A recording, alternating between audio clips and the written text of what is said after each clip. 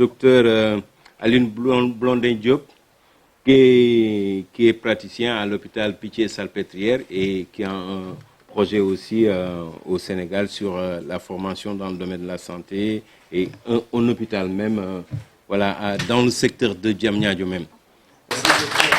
Je vais prendre une minute quand même pour remercier un peu tous ceux qui, de loin ou de près, ont participé à l'aboutissement. Enfin, il n'est pas complètement abouti, mais en tout cas au début du projet. Je veux remercier déjà Foulot de m'avoir invité parce qu'il a permis de rendre ce projet... Ah, qu'est-ce que j'ai fait comme bêtise encore? C'est pas vous. Ah, ouais, d'accord. C'est de l'autre côté. Voilà, d'accord. Voilà, et donc, voilà, ce Foulot de m'avoir invité à pouvoir présenter, parce que, comme disait tout à l'heure M. Dien, que je vais remercier aussi dans la foulée, c'est qu'on n'a pas voulu médiatiser ce projet dès le début, parce qu'il fallait d'abord, parce que Diamniadio c'était un pari initialement, c'était un pari, c'était pas sûr que ça prenne. Bon là on est presque sûr que ça a pris vraiment. Et donc au début on a essayé d'être discret dans la communication sur la construction de cet hôpital-là. Et puis il y a beaucoup de gens qui de loin ou de près ont participé au développement et qui ont cru, en particulier la DGPU. Donc je remercie Mbaye parce qu'il était au début du projet, lorsqu'on m'a signé ma première promesse de bail pour le terrain. J'y croyais pas et je viens de comprendre qu'ils m'ont fait courir, ils m'ont fait languir parce qu'ils voulaient savoir si j'étais vraiment déterminé. Donc ils m'ont fait courir 1 an et demi. Bon, et puis voilà. Puis je remercie aussi Pavoili, parce que c'est grâce à Pavoili, qui est un de mes actionnaires, que j'ai connu Foulot et que ça a permis un peu de faire connaître ce projet. Et puis enfin, j'ai dans le montage financier, alors j'en parlerai pas beaucoup, j'ai eu beaucoup de gens qui de près ou de loin ont participé et qui sont partis malheureusement avec le Covid. Je veux leur rendre un hommage à Babacar Touré, en particulier le journaliste, qui a pris mon projet, qui l'a amené au président de la République en disant il est sérieux, il faut l'aider. Et puis j'ai pris l'avion, j'arrive à La Réunion, le téléphone sonne, c'est la DGPU qui m'appelle pour me dire il faut signer ton terrain. Donc vraiment, il a été d'une efficacité. Il y en a un autre qui a beaucoup constitué un peu mon actionnariat, il s'appelle Mansour Kama, qui est parti aussi du Covid. Et donc c'est vrai que tous ces gens-là, je leur rends un hommage tout particulier, parce qu'ils ont participé à...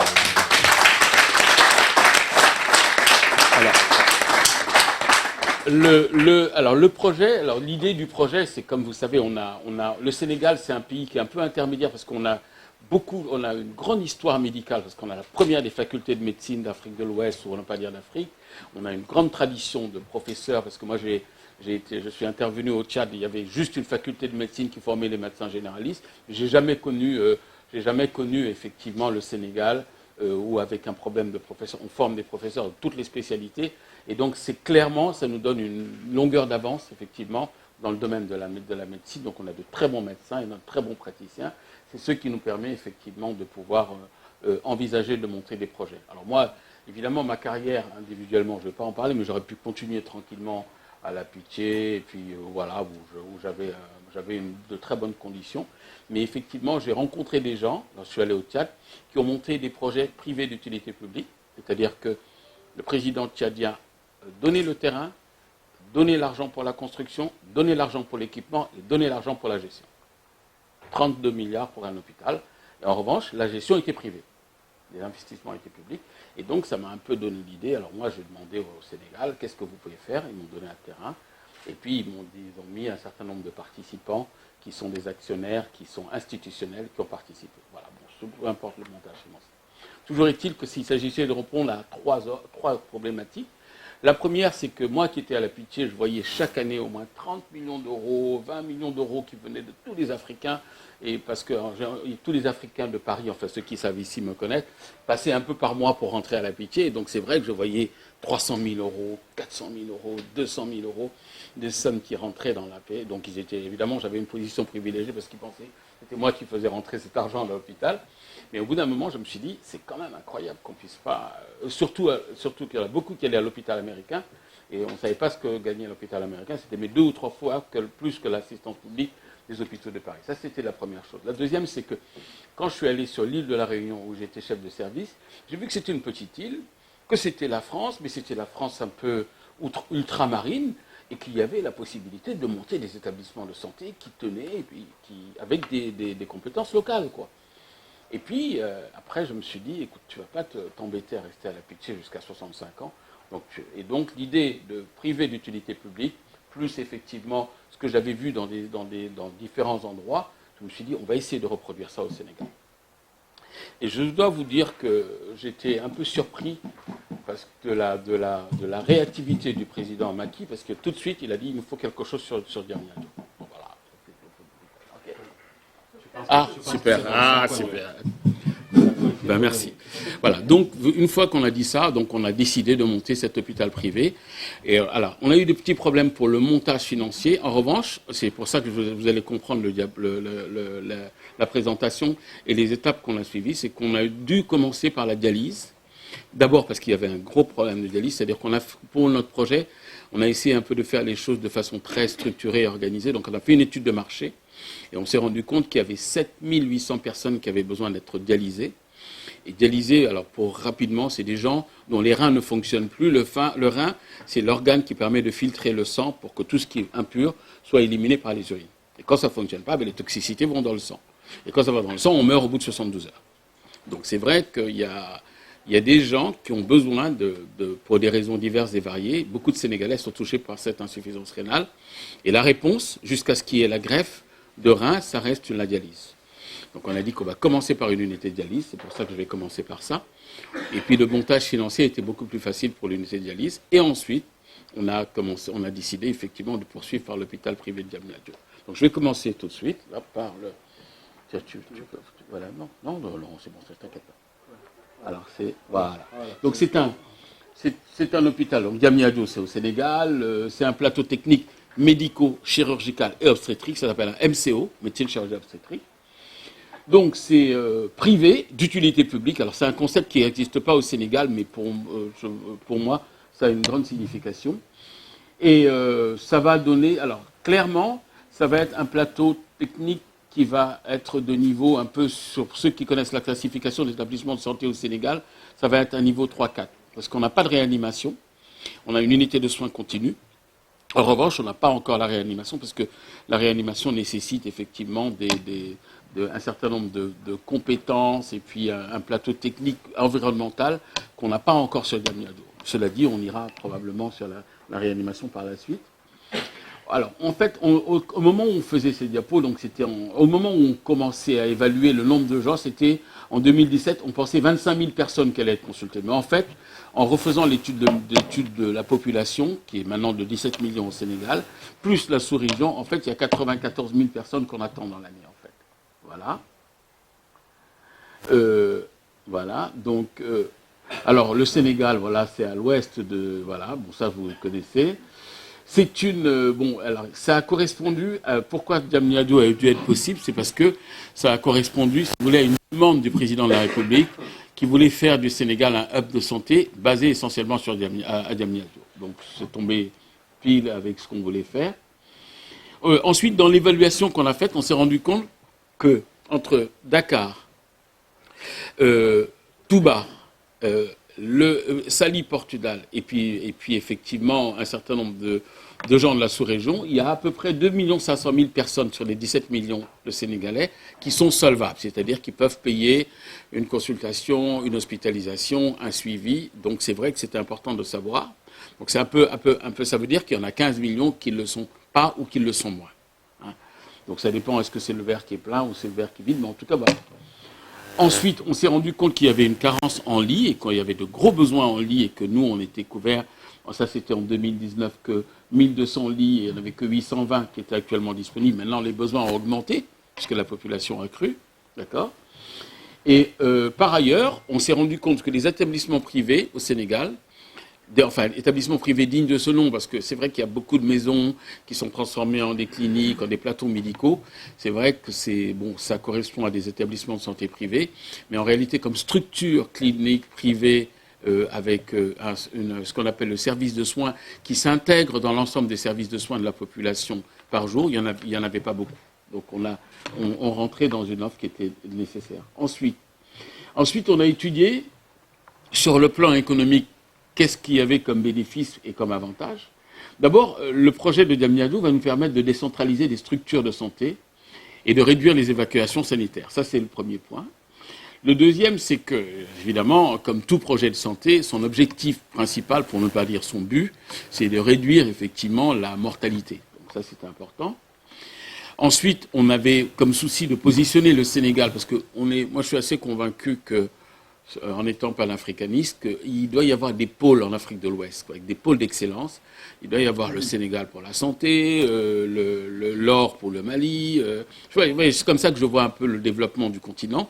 Et je pense qu'effectivement, nous, on devrait rester dans le domaine de la santé à cause de l'histoire médicale de notre pays, à cause du fait qu'on a beaucoup de compétences et que les gens, et que on a un aéroport, on a un port, l'accessibilité est facile, etc. Donc je pense que le pôle, c'est pas aberrant de considérer qu'on doit être un hub de santé. D'accord ? Ensuite, alors, le E3M, bon, dans l'étude qu'on a faite, on s'est rendu compte que les pathologies maintenant, alors, une minute simplement pour dire qu'il y a ce qu'on appelle la transition épidémiologique. C'est quoi la transition épidémiologique? Pour faire simple, c'est que jusqu'à présent, les grandes maladies qu'il y avait au Sénégal étaient des maladies qui tournaient autour des grandes endémies, paludisme, tuberculose, sida, etc. Et tout ça, c'était surtout dans les régions, dans les villages et hors des grandes villes.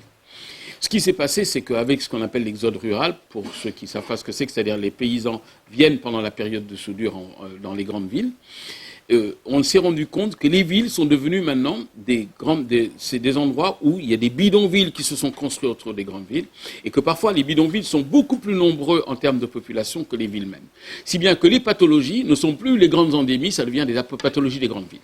Et donc du coup, on a créé le système de E3M qui englobe finalement l'ensemble de toutes les maladies, c'est-à-dire l'endocrinologie, la médecine interne, les maladies rares et les maladies métaboliques, c'est-à-dire tout ce qui est diabète, hypertension, etc. Donc en créant une unité de E3M, en fait, on englobait finalement l'ensemble des pathologies qui touchent Pikine, Tiaroy, mais en dehors de ça, Gossas, etc., ou autour de Mbour, etc. Donc on s'est rendu compte que toutes ces pathologies-là tournaient autour de ces spécialités.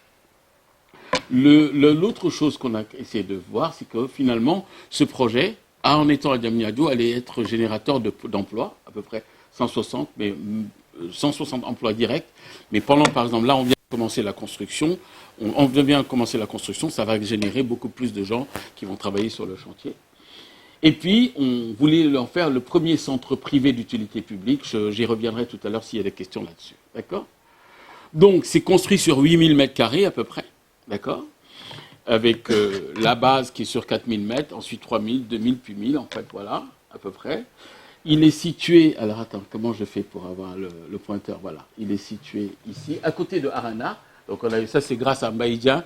Ils nous ont donné une position qui est assez, on a Arena ici, et on est juste ici, juste à côté de Arena. Derrière le nouveau stade de la Turquie, enfin le petit stadium turc qui a été créé. Donc on est juste ici. Et on nous a accordé 20 000 m². Pour l'instant, le bail, on n'a que 5 000 m². Et donc, du coup, on va...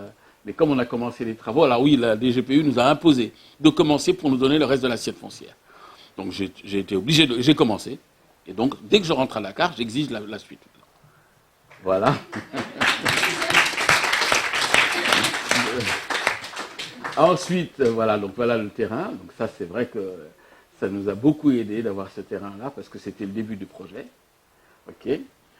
Ensuite, alors voilà que lorsqu'on a une vue d'eau, alors il faut savoir qu'on a ici l'hôpital et ici on a mis juste l'unité de la dialyse qui est juste à côté. Pourquoi?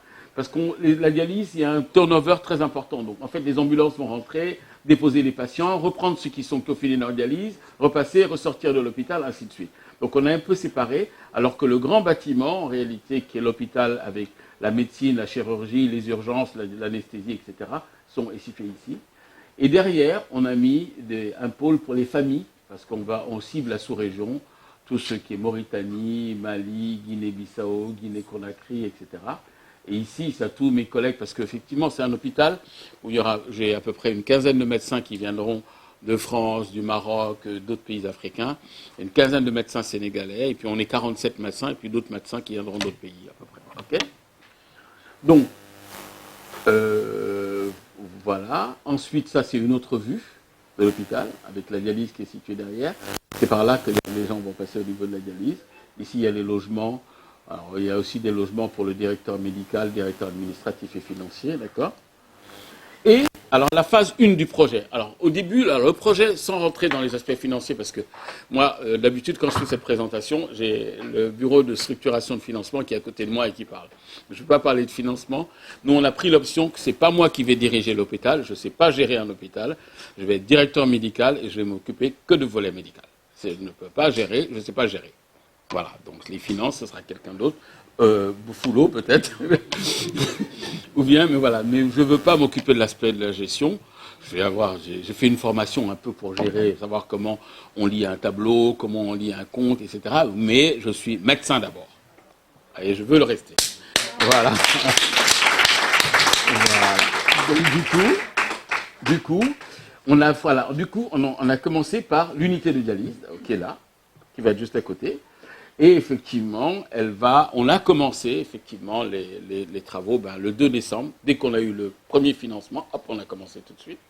Parce qu'il fallait, l'État sénégalais nous avait dit, avant le 31 décembre, sinon tu perds ton terrain. Donc j'ai commencé le 2 décembre. Regarde, la DGPU. Donc elle a commencé, on est en train d'étudier. Absolument, absolument. Merci beaucoup.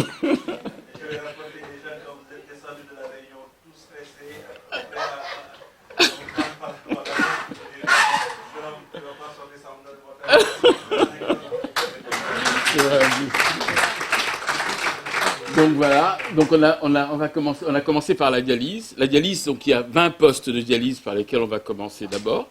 Donc c'est 9 mois de travaux. Là, on est en train de travailler sur le document de consultation des entreprises et les entreprises qu'on va sélectionner. Voilà, donc c'est dans le courant du mois de février. Et le premier coup de pioche normalement, c'est début mars. Voilà. Ensuite, alors la dialyse, pour ceux qui parlaient d'environnement ce matin, nous on travaille, alors ceux qui nous portent la dialyse, c'est une unité, parce que l'un de mes partenaires principaux, c'est le groupe de santé Clinifutur. C'est le 5e groupe de santé de France, mais ils sont basés sur l'île de la Réunion. Et ils ont à leur actif 100 000 dialyses par an qu'ils font à peu près. Donc moi, ça va me faire des économies d'échelle, parce que nos appareils de dialyse, ceux qui vont les acheter, parce qu'ils ont une centrale d'achat. Et puis ils ont une très grande expérience. Ils ont une expérience dans la dialyse verte qu'ils veulent expérimenter d'abord au Sénégal. Ça veut dire, comme disait tout à l'heure Mbaïdien, c'est-à-dire qu'en réalité, l'eau de la dialyse, vous savez, ça consomme beaucoup d'eau, des litres et des litres d'eau. On va la recycler. Deuxièmement, les reins artificiels. Alors, le rein artificiel, c'est quoi, pour ceux qui veulent comprendre? Le sang passe dans une structure qui filtre, et cette structure, c'est ça qu'on appelle le rein artificiel. C'est comme une cartouche d'encre, en fait. Les cartouches, voilà, les grandes cartouches, là, et ça fait passer le sang avec des fibres, des milliers de fibres, et ça filtre. Et ce rein artificiel, on va pouvoir le recycler. La troisième chose qu'on va faire et qui est très importante, c'est que les déchets, ce qu'on appelle le DASRI, alors ceux qui sont du corps médical connaissent, les DASRI, c'est les déchets associés à des soins à risque infectieux. Tout ça, ça va effectivement ça va rentrer dans une organisation qui va faire qu'il n'y aura quasiment pas de déchets qui vont polluer les sols, tout va être recyclé quasiment. Voilà. Ensuite, on a d'autres éléments pour la dialyse verte qui vont intervenir et qui vont faire qu'en réalité, alors, on a une stratégie qui s'appelle pollueur-payeur. Donc, mes partenaires de la Réunion, ils connaissent, ils ont dit, il n'y a pas de raison qu'on ne l'applique pas pour le Sénégal. Si on pollue, on paiera. Donc, voilà un peu la stratégie qu'ils vont mettre en place. Donc, on va éviter de polluer dans la mesure du possible. Donc, ça, c'est une autre vue, effectivement, aérienne voilà. Et puis, le centre de dialyse dans sa partie qui est postérieure. On a 6 ambulances qui sont prévues. Et puis, on a effectivement le centre de dialyse stricto sensu, avec ici les 2 salles. En fait, on a fait 24, ici il y en aura 12, et ici il y en aura 12. Et chaque fois, ce sera des postes qui seront en vis-à-vis pour la dialyse. Voilà, ça c'est le plan global, effectivement, de la structure. Et ça, je passe vite. Et voilà, le démarrage des travaux, c'était janvier 2022, ça a été janvier 2023. On a eu 9 mois de retard. Et le projet de la dialyse nous a coûté 3 600 000 euros, c'est-à-dire 2 300 000 à peu près. Voilà, c'est ce que ça coûte que la dialyse, hein, à peu près. D'accord? Ça, on a pu trouver le financement. Voilà, après, je me présente ici. Bon, enfin, ça, c'est pas trop important. Voilà. Alors, comment on va fonctionner? Comment on va fonctionner essentiellement? C'est qu'on va essayer de mettre dans notre hôpital le même fonctionnement dans notre hôpital privé, le même fonctionnement qu'un hôpital ici, quoi. C'est-à-dire que ce qui me gênait dans les cliniques qui existaient au Sénégal, c'est que quand on arrive, on a une seule personne qui fait appel à plusieurs spécialistes qui viennent de l'extérieur, qui font leurs prestations, qui signent, qui prennent leurs 20 000 francs ou 30 000 francs et qui s'en vont. Non, on ne veut pas de ça. Nous, on veut des gens qui seront basés sur leur... Deuxièmement, toutes les décisions seront collégiales. C'est-à-dire que quand quelqu'un se fracture, que sa fracture a entraîné une embolie pulmonaire, que l'embolie pulmonaire peut être en réanimation, qu'il y ait à la fois le réanimateur, l'orthopédiste, etc. C'est ce qu'on appelle les décisions collégiales. Bon, ça, c'est ma formation à la PHP qui me donne cette approche-là, en fait. Okay. Ensuite, on aura beaucoup de consultations spécialisées. On aura 17 consultations spécialisées parce qu'on ne pouvait pas mettre effectivement des lits correspondant à chacune des spécialités. Donc on aura des consultations. On aura une exploitation, excusez-moi, on aura de beaucoup... Alors le PET scan, on ne peut pas l'avoir parce que il n'y a que la Côte d'Ivoire qui en a pour l'instant. Et je ne suis pas sûr, et ça c'est les financiers qui m'ont dit, on n'est pas sûr que ça va être rentable. Alors le PET scan, ah si? Hein? Ah, le PET scan, c'est une très bonne question. Le PET scan, c'est un examen qui est au-dessus de l'IRM et qui permet, qui arrive à déceler, si vous voulez, les plus petites lésions, qu'elles soient précancéreuses ou cancéreuses, dans un organisme qui est touché, quoi. D'accord. Et donc, l'idée, c'est que comme on a une flambée de cancer au Sénégal, voilà, l'idée c'était d'avoir cet appareil. Au début, on le voulait, mais d'abord, il coûte très cher. Et en plus, ce qu'on s'est dit, c'est que là aussi, j'ai une vision régionale. La Côte d'Ivoire en a. Donc, est-ce que c'est la peine que le Sénégal ait le sien? Bon, je pense que quelqu'un va le mettre. Et puis moi, nous, on fonctionne de la façon suivante. Ce que l'hôpital principal est en train de construire, une grosse structure qui est derrière l'hôpital privé, avec l'État qui veut mettre, j'ai entendu ça ce matin, 500 milliards, ça fait 7 milliards et demi d'euros. Ça fait beaucoup d'argent, mais ils ont décidé de faire une grosse structure derrière l'hôpital principal, qui va aller, voilà, et qui va être donc au-dessus de nous tous. Ensuite, il y a un autre hôpital qui s'appelle le HID, qui a mis du temps à accoucher, parce que ça fait 21 ans qu'il est en construction. Maintenant, il va commencer grâce à des financements. Et puis nous, on sera sur Diamniadio, en termes de gros pôles privés. Donc, je veux dire, quand quelqu'un d'autre fait une chose, on n'a pas trop envie de dupliquer, parce que ça n'a aucun intérêt, en fait. Voilà. Donc, voilà. Donc, ça n'a pas trop... Alors, ensuite, les soins intensifs et la réanimation, j'en parlais tout à l'heure. On n'est pas sûr qu'on va avoir la réanimation parce qu'il faut des critères, en tout cas en France, qu'on pourra avoir le label de réanimation. Il faut répondre à un certain nombre de critères et on ne les a pas encore. Donc, on ne peut pas. Le service d'urgence, oui. L'hôpital de jour, les maladies infectieuses et de cancéro, oui. C'est la même chose. La cancéro, on ne va pas faire de cancéro. Nous, on va faire du diagnostic et du prélèvement et du bilan de cancer et après, on te les envoie. On ne va pas nous faire de la cancéro alors que... Alors, le président Macky a, lui, prévu de faire une unité d'oncologie au niveau de Diamniadio. Soit, mais nous, en tout cas, on préfère un peu partager les compétences, quoi. Voilà, ça, c'est les différentes spécialités qu'il y a. Il y aura des examens biologiques. Pour l'instant, il y avait 6 postes, mais finalement, on en a mis 20 de dialyse. Et on va passer, effectivement, cette première phase-là va nous prendre 9 mois. Et donc, ce que je demande aux financiers qui sont ici, c'est que pour la deuxième phase, qui est l'hôpital, parce que les 3,6 millions, on les a eus, maintenant, l'hôpital, il coûte 22 millions d'euros. Et 22 millions d'euros, ça fait 15 milliards de francs CFA. Nous, on va réussir avec les actionnaires à mobiliser peut-être les 6 milliards. Et l'Agence française de développement et la Banque islamique, eux, nous ont promis les 9 milliards qui manqueront pour pouvoir boucler le financement. Donc, on a beaucoup de promesses de financement, surtout depuis que, grâce à Foulon, on a lancé, on a beaucoup de gens qui sont intéressés pour nous donner, parce que dans un financement, il faut l'equity. L'equity, c'est les fonds propres, et il faut de la dette. La dette, c'est la banque. Donc, l'equity, c'est nos fonds propres. Nous, on a réussi à mobiliser un peu d'argent. On n'est pas très loin des 6 milliards, mais il nous manque encore des sous qu'on va avoir. Et puis, en plus, maintenant, il semblerait que l'évaluation qu'on avait faite, il y a eu un surenchérissement avec la bêtise de la guerre d'Ukraine, plus les histoires de bateaux. Et donc, nos entreprises de bâtiments nous disent non, on n'est plus dans les mêmes coûts, on est à 25 ou 30%, mais on ne sait pas où on va trouver cet argent. Donc, on aura probablement, effectivement, besoin de financeurs qui nous complètent effectivement notre business plan. Alors, voilà, excusez-moi, voilà. Donc ça, c'est l'hôpital stricto. La dialyse, ça, c'est l'hôpital stricto sensu. Et il aura 90 lits. Donc il y a 30 lits de médecine, 30 lits de chirurgie, 10 lits de maternité. Et puis il y aura 10 postes qui seront des postes d'urgence avec 5 urgences médicales, 5 urgences chirurgicales. Voilà, avec la dialyse, mais la dialyse sera ici. Hein. La dialyse sera ici. Voilà, et la dialyse, il y aura 38 postes de dialyse finalement. D'accord. La capacité était de 70 lits. Il y aura une urgence, réanimation, hôpital de jour, chirurgie ambulatoire et une pharmacie centrale. Alors, je vous ai présenté tout à l'heure ce qu'on appelle le E3M tout à l'heure. Ce qui va faire la valeur ajoutée de notre projet, c'est la chirurgie ambulatoire. Ce n'est pas encore développé au Sénégal, mais ça va l'être.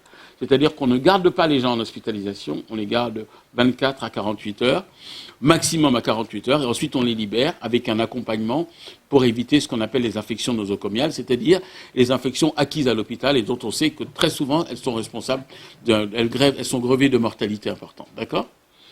Donc on va faire beaucoup de chirurgie ambulatoire, on va faire les maladies rares, et puis on va faire ce qu'on appelle de la radiologie interventionnelle. Alors, la radiologie interventionnelle, c'est quoi? C'est que maintenant, on évite d'opérer les gens trop, d'ouvrir. Par exemple, quand quelqu'un a un cancer du pancréas, il a la tête du pancréas qui comprime. Le duodénum, il est tout jaune. Avant, on ouvrait pour effectivement libérer. Maintenant, on n'ouvre plus, on met des prothèses. J'ai reçu une Sénégalaise la semaine dernière qui a eu des vaisseaux, des membres inférieurs qui étaient bouchés et qu'on devait amputer. Et ben, dès que je l'ai amené à la Pitché, on a posé des stents pour éviter effectivement d'ouvrir. Donc on a mis des stents, et ça veut dire qu'on met des espèces de tuteurs qui gardent les artères complètement ouvertes, et ça revascularise. Donc de plus en plus, la chirurgie interventionnelle radiologique va être de la radiologie qui va intervenir pour éviter qu'on ouvre et qu'on puisse mettre en place des structures qui permettent de garder, effectivement, d'éviter les interventions qui sont grevées, elles, de mortalité. Donc ça aussi, ça va être une spécialité. Voilà, je vais m'arrêter bientôt. Là, c'est l'hôpital sous ses différents aspects. Voilà. Et puis, les éléments annexes, c'est, voilà, ici, ça va être la salle le réfectoire. Ici, ça va être la maison du directeur financier et administratif de l'hôpital et du directeur de l'hôpital. Et puis ici, ça va être... non, moi, je reste chez moi, je ne veux pas habiter à l'hôpital. Et là, ça va être la maison des parents, ça s'appelle, où on va recevoir des gens voilà. Les accompagnants, voilà. Et je vous remercie de votre attention. Bravo.